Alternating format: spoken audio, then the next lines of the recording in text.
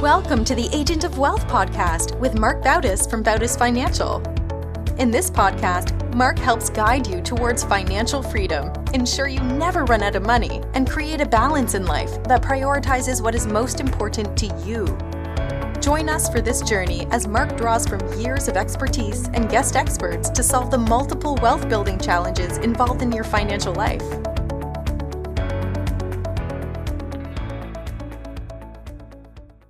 Welcome back to the Agent of Wealth. This is your host, Marc Bautis. On today's show, we're going to talk to Dr. Henry Svec.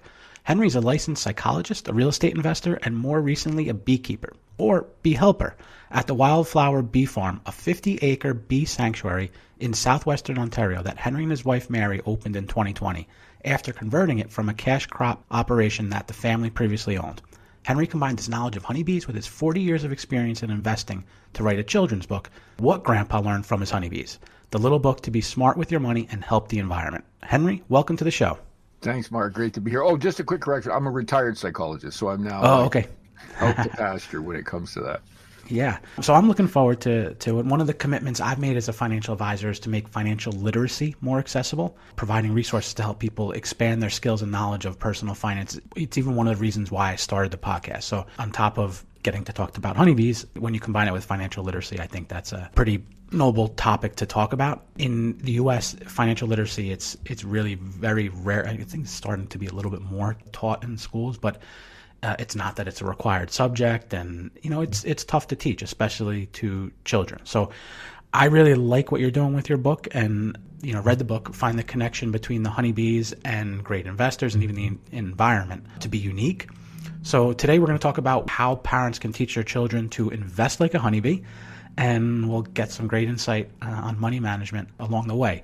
But before we get into the details, can you go over how did you come about turning a 50-acre family farm into a honeybee sanctuary? Were you doing honeybees on the side, or is it one day you watch a Netflix documentary and...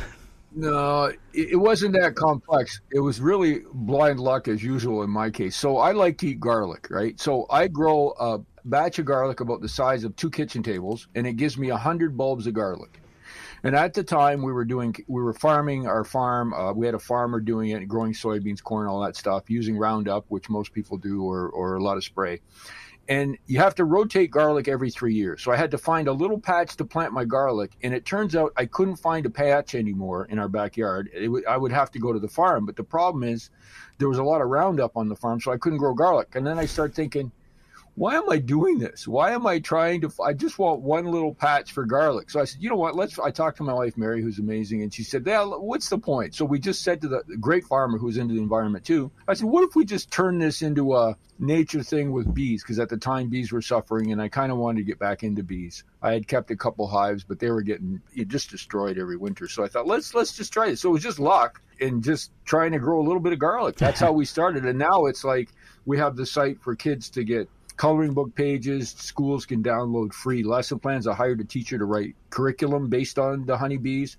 And then the book, well, we'll talk about that. That was just, I was working on 2 books actually. One about documenting what we're doing, and that's going to be about 2 or 3 more years out, called Servant Beekeeping, which is what I do, which we just kind of made it up because that's kind of what makes most sense.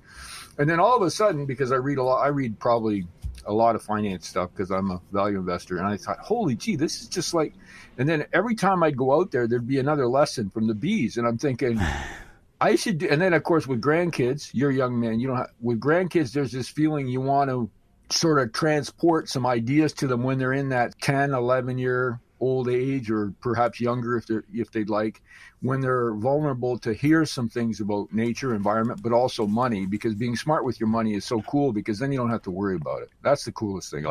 Yeah. Did you go into it with the intention of it being like a commercial enterprise?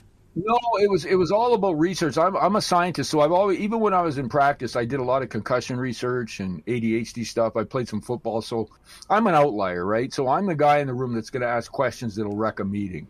You don't want too many people like me around a meeting because nothing would ever get done. So with concussions, very quickly, there's a research scientist in Toronto who's discovered that people get CTE who have never had a head injury or played football or any contact sport. They never had a concussion, but they have CTE, which we say everyone gets who plays football, which isn't true. So I called her up. I always do this. I find a world expert and I go, hey, I'm Hank and Blenheim. I want to talk to you. So they actually talked to me. So she said to me, Henry, she says, I can't even eat in the cafeteria. No one will sit with me, because when that movie came out, she published her work and people wouldn't acknowledge it. They said, well, that can't be true. And she said, no, this person never had any contact sports and had CTE upon autopsy on death discovered. How do you explain that? And I just like asking those questions. I don't have an answer. So when it comes to the honeybees, it's the same kind of situation. I'm kind of open to listening. Like, I'm not this or that. I'm just kind of open and say, okay, tell me, let's have a discussion. We don't know very much about honeybees because you can't keep them in a stall like a cow or a horse or a dog in a house. I'll give you a quick example. Probably read about the aggressive takeover. Mm-hmm. In 10 minutes, a beehive can go into another beehive, kill the queen, and take over. So if you're a beekeeper and you go to the bathroom and come back when you're working on your bees, all of a sudden you've got this incredible hive and you're going, man, these bees are healthy. Well, in fact, it's not the same hive that was there when you went to the bathroom. So we start making all these incredible statements about how we understand bees. We even have a class called Master Beekeeper, where people supposedly have all this advanced knowledge, but really, no, we don't know anything. And I'm okay to say that. I don't know very much about it, but it's a fascinating area. I mean, we were out yesterday, 6 degrees here, and they were flying. Mm-hmm. How many bees are on the honeybee farm? Well, right now we went into the winter with 29 hives, which would be about close to 1 million bees. Wow. And right now, yesterday, we walked around and all but one hive seems to have survived so far. Now, the spring can still get them, right? The spring is, a lot of things can happen, but right now, probably 750,000 bees. Wow. And it kind of acts like its own little city, I guess, with the... What we've learned from some of the science out there is bees have to be spread apart. So if you want to see all 29 hives, you have to walk the whole 50 acres behind bushes, by ponds. You can't put them they're like people. They don't do well when they're really tightly knit. Although most bee apiaries are really tight, right? People put like 50 hives together. Ours are spread apart because that way, believe it or not, bees sometimes forget where they live. So if you put them too close together, when they go home, they go to the wrong house. It'd be like you going home tonight and going to the wrong house to sit down to dinner, and someone says, who's this guy at the table? Well, bees do that. If they're too close together, they all intermix. And so if one hive has a disease, they will transmit it to another disease because they're not spread out far enough. And the problem is bees take bribes. Mm-hmm. So if a bee comes to the front gate of another hive, if it's carrying honey or pollen, the guards will nectar or pollen, the guards will let them in.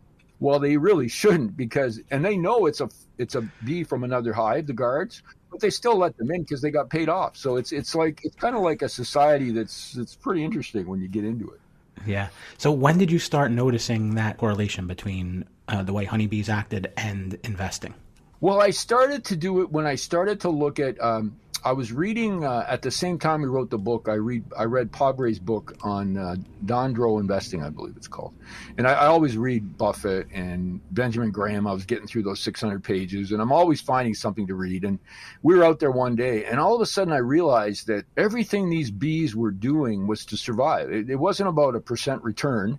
They weren't trying to, if there's 29 hives on our farm, the goal is to have 20 to 29 next year and the next year and the next year. So it was all about simply being able to survive. And then the second part that came up was the idea of saving, having 6 months of savings. The bees kind of have that magic number. The other one is probability, and I really became fascinated with probability, particularly when I was in the I still am an angel investor with some small startups. So when you put your money out there, the question is, what's the likelihood you're going to get it back? Right. Now, for the bees, it's all about that.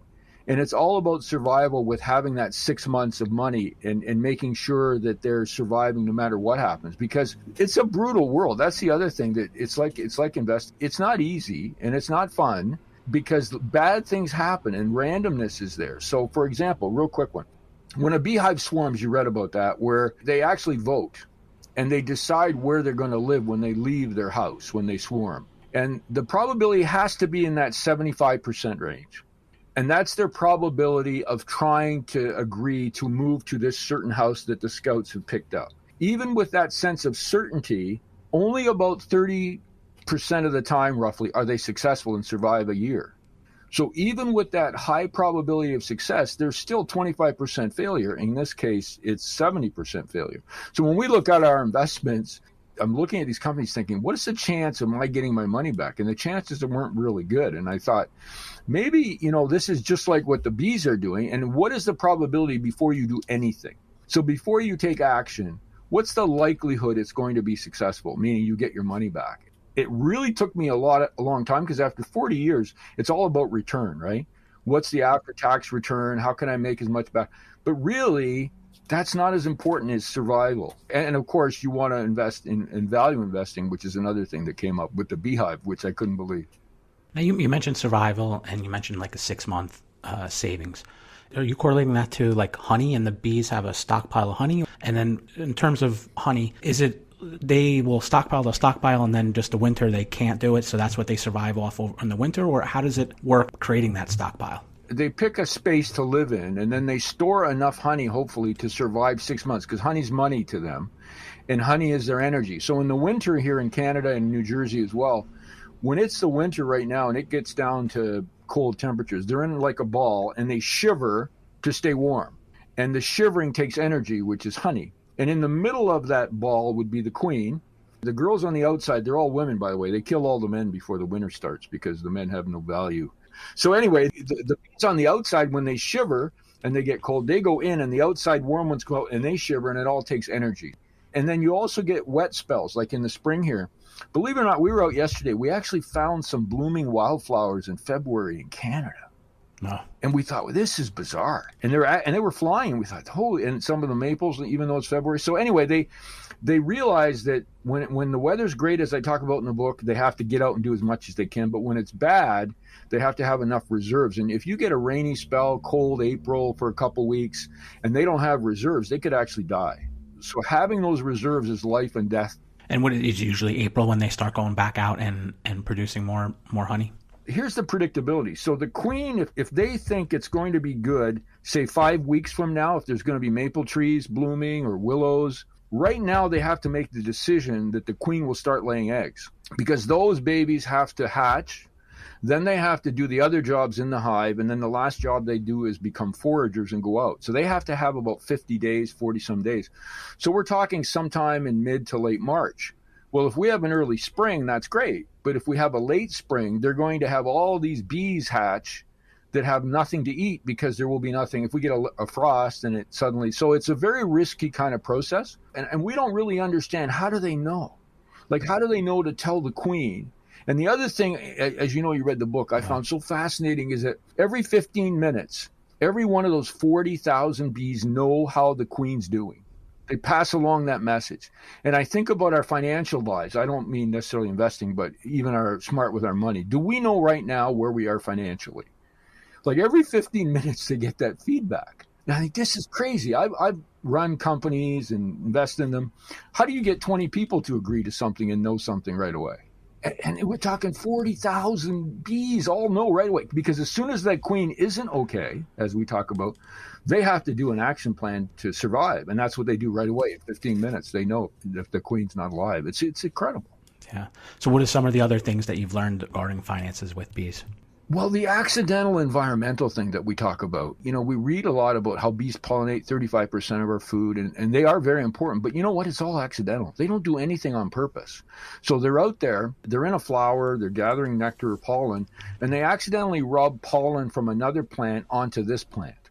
And that causes more seeds to be created, which is great for the next generation of bees. And it all fits, it all complements. But their intention is to make money, honey. They're trying to get as best they can. And so when you look at investing, and we were talking about Solyndra briefly before the show, if you can incorporate environmental into a company that adds to the profitability, that also helps the environment and helps people, there's something that seems really good about that. And I tell the story of how I accidentally got involved with solar, how in Canada we're making like 80 cents a kilowatt on these solar panels, which is ridiculous because you could buy it for 6 cents. It was so incredible that we actually bought from the road to bring it in to move our panels, because it was only 6 cents, and we sold it back at 80 cents, and we still do, to the government, so they can then sell it at 6 cents, which is now it's probably 15 cents. Since then, there's been a program where you can put, I don't know what it's like in New Jersey, you can put panels on your house, and basically it counteracts the cost of your power. So you get credits, and then in the winter if you heat and so on. Do you have that in New Jersey? They have it as well, yes. Right. So when we do the calculations, and people look at me like, why do you have we have 14 different systems on our properties, solar systems, and they're going, why do you do that? Well, because it's an 11% return on my house, and it's about 8% return on a resident investment property, which is pretty good. It's boring, but if price of hydro goes up, electricity, which it probably will in the next 35 years, my return increases. So you use it to power your property, your farm, and then sell anything excess back? Well, no, the farm deal was one of those incredible early deals where everything I produce, I sell at 80 cents to the grid, and I buy it back at 13. So I think I tell the story of I even have roof rights. I sold a building in Waterloo, and I said to the guy, I'll sell you the apartment building, but I want to keep the roof rights. Mm-hmm. So I kept the roof rights. So I don't own the building, but I still have panels on the roof generating 80 cents a kilowatt hour. And because it's incredible, it's an incredible return. At that time, it was about 15% return. And then on the rental properties, my son now owns that company, Greener Project Development. He's doing an incredible job. That company has, I think we have 13 buildings that have panels on them. Many of them are brand new student housing and student universities. And it's just been great because we generate those credits. And then in the winter, we use them for heat. Is that something like the real estate you got involved in after the farm?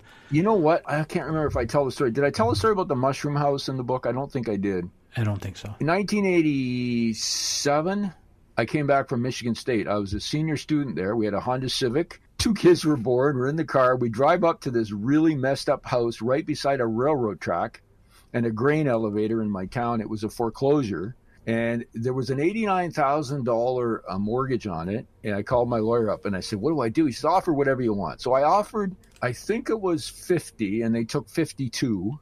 And on closing, they gave me $56,000. Mm-hmm. So I was able to buy the thing and had like $3,000 in my pocket. My wife thought it was crazy. Like, it was a horrible building, right? But here's the good news. As long as tenants had a cat, we were okay because it was by a grain elevator and there's mice everywhere. So the house was fine. So we rented the house out. I think interest rates were about 13 or 14% for a mortgage there. But in the back where the mushroom place was, I was able to use the units to create little workshops for guys who wanted to get out of the house and work on their cars. You know how some guys just want to get away from the house, have a place to put a car they're working on. And we rented those for, I think it was $200 a month. Long story short, I was making like $750 a month profit on that property, which at that time, when you're coming out of school, it was necessity, right? All these were necessity. And then when my 3 boys went to university, we couldn't afford it. So we bought buildings to put them in so that they could rent the rooms out to other people and that we could then have buildings in those communities. So we just started doing that. And that's how we ended up building up the real estate thing. Sure. You mentioned you're into value investing. What have you learned anything from the honeybees, either on the just investing in general or specifically value investing?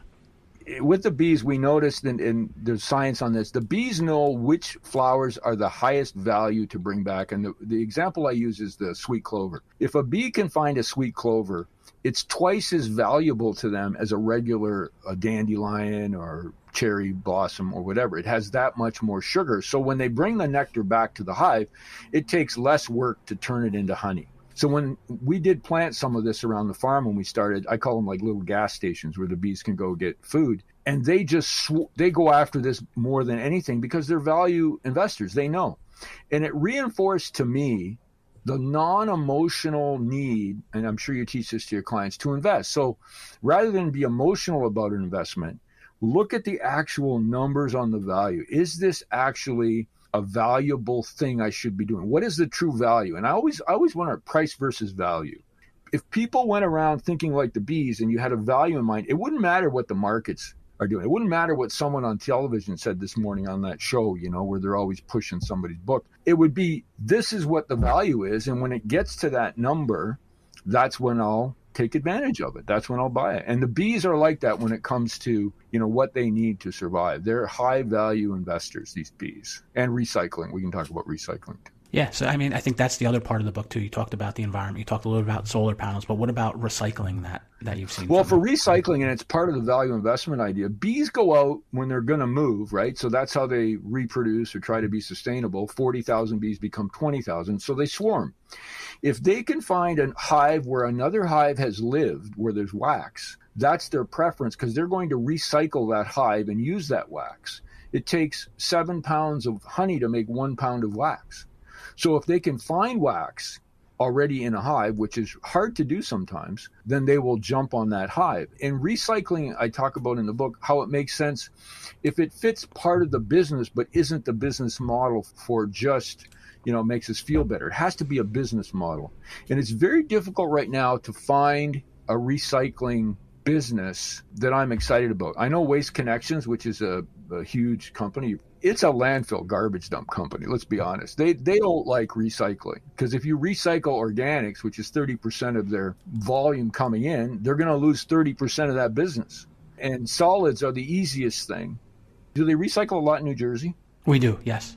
It's amazing, but it's hard to find an investment. So when you can somehow add it to your life for being smart with your money, I talk about my mom making soup and then hamburgers out of meat. You can recycle in your life to be smarter with your money. That's straightforward. Investing, you might have some ideas, but investing, it's harder right now. I can't find anything other than startups or angel stuff that's pretty well out there as far as economic viability.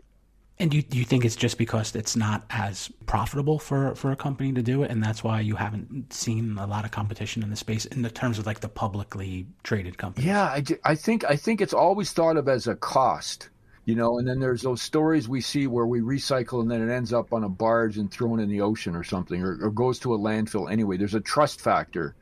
And that really goes as well to the idea of carbon offsets and can you pay for your sins by, if you're polluting in one part of the world, can you buy some forests in another part of the world that equals out your sinning by destroying the environment where your factory is? We started land banking when Biden won your election because I figured it's just going to go everywhere. Everyone's going to be into CO2 offsets. And we bought some incredible properties in Nova Scotia, which actually led us into some of the investments we're doing now out there. Oceanside properties, 50, 60 acres. I think we've accumulated so far about 800 acres.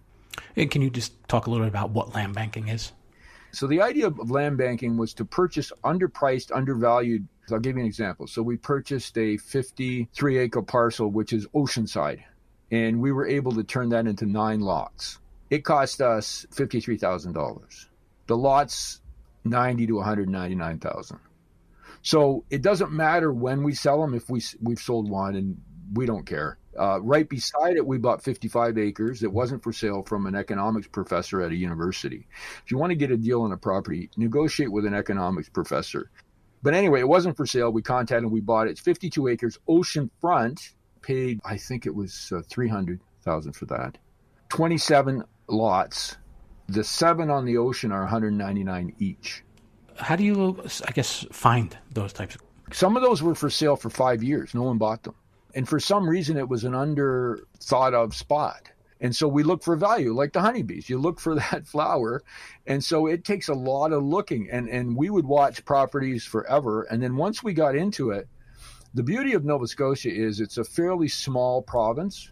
And we've really focused even within it from a place called Antigonish to a place called Shelburne. So we've really defined our area of search. And anything that someone owns is for sale, in my opinion.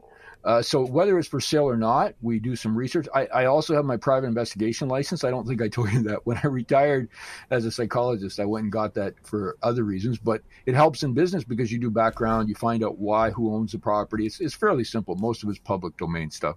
And you find out, or I like to pick up the phone and call people, and find out, you've had this property for 30 years. Would you like to sell it? And what do you think's a fair price? And they'll give you a price, and we can negotiate or not. And it's a great opportunity to own properties. Now, in this case, some of them were listed, but highly undervalued.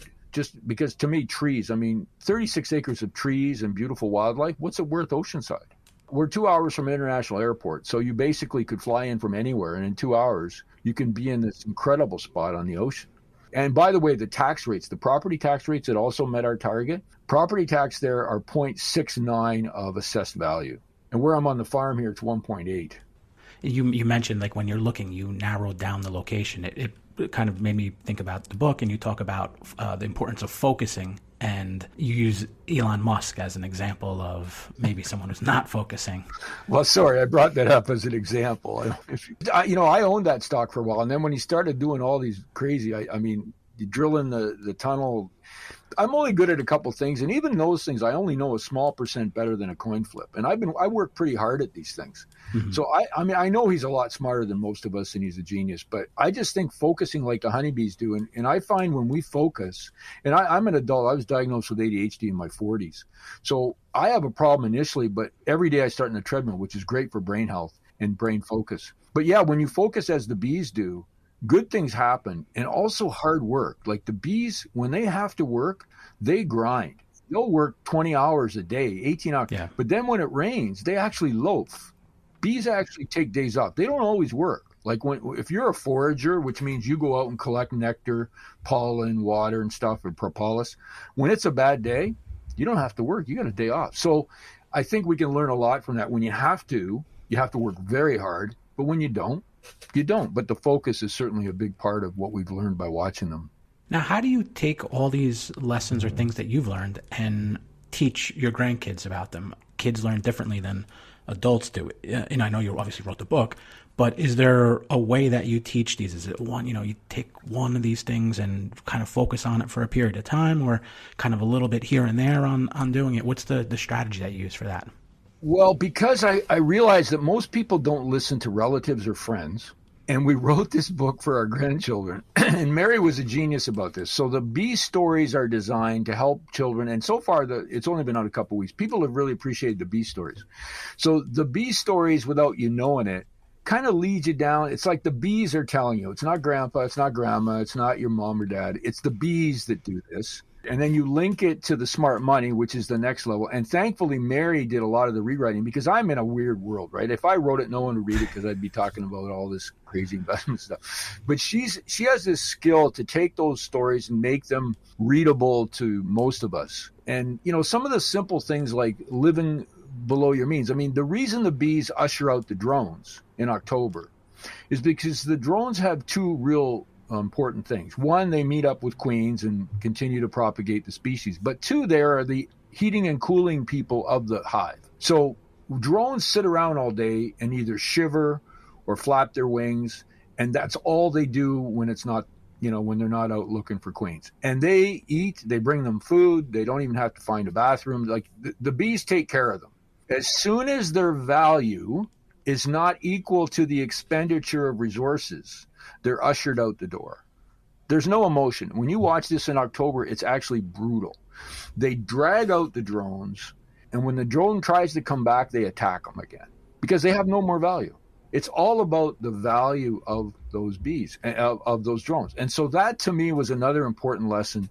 Obviously, we're not going to do that to each other, but the idea of value, and so that grandchildren can kind of learn, because I think, I did a book, I wrote a parenting book a long time ago for my kids before they had parents. I always write these books for my kids because I figure it's easier than talking to them. Just throw the book, send them the book, or get them to edit it maybe. One of the things we have a hard time with, and I'm sure you're doing well, is when you deny your children things because it's good for them. When our children were growing up, we denied them a lot of things because we couldn't afford it. You want to play hockey? Sorry, we don't have any money. You can't play hockey. But when you can afford everything, it's incredibly hard for a parent to say no to those things. And when you watch the bees, everything is based on the outcome. What is best for that situation right now? And I think sometimes we forget that as parents. If we can follow that sort of skill that the bees teach us, that right now matters, take an assessment of right now. What do you need to do? If your job is as a parent, even though you can give them the $50 or whatever they need, is it in their best interest? And I think that's what the bees are constantly doing with the data. It's not emotional, which is hard for us as parents because we don't want our kids to feel pain. Well, Henry, we're just about out of time. Thank you for joining me today. The work you've done for Honeybees, it's amazing, not to mention the value you're bringing in teaching your grandkids, your readers. Where can my listeners pick up a copy of your children's book? They can just go to Amazon.ca or call them and just Google what Grandpa learned from his honeybees. It's going to be on Audible this week. I think today they're doing a hard copy. You can get the paperback or Kindle now.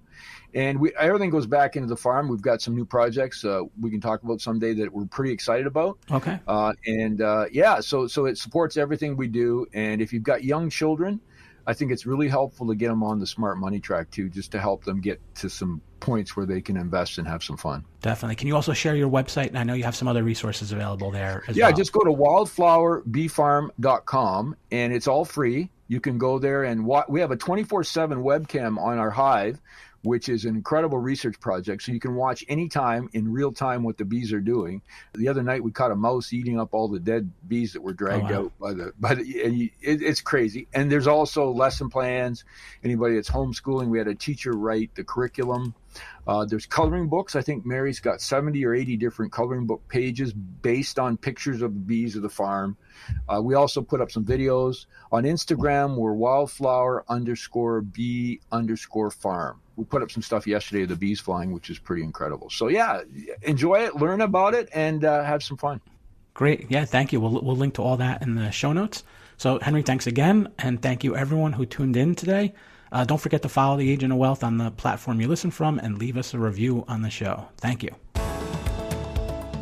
Thank you for listening to the Agent of Wealth podcast. Click the subscribe button below to be notified when new episodes become available. The information covered represents the views and opinions of the guests and does not necessarily represent the views or opinions of Bautis Financial.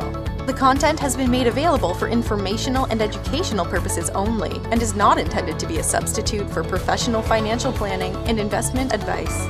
Always seek the advice of your financial advisor or other qualified financial service provider with any questions you may have regarding your investments and financial planning.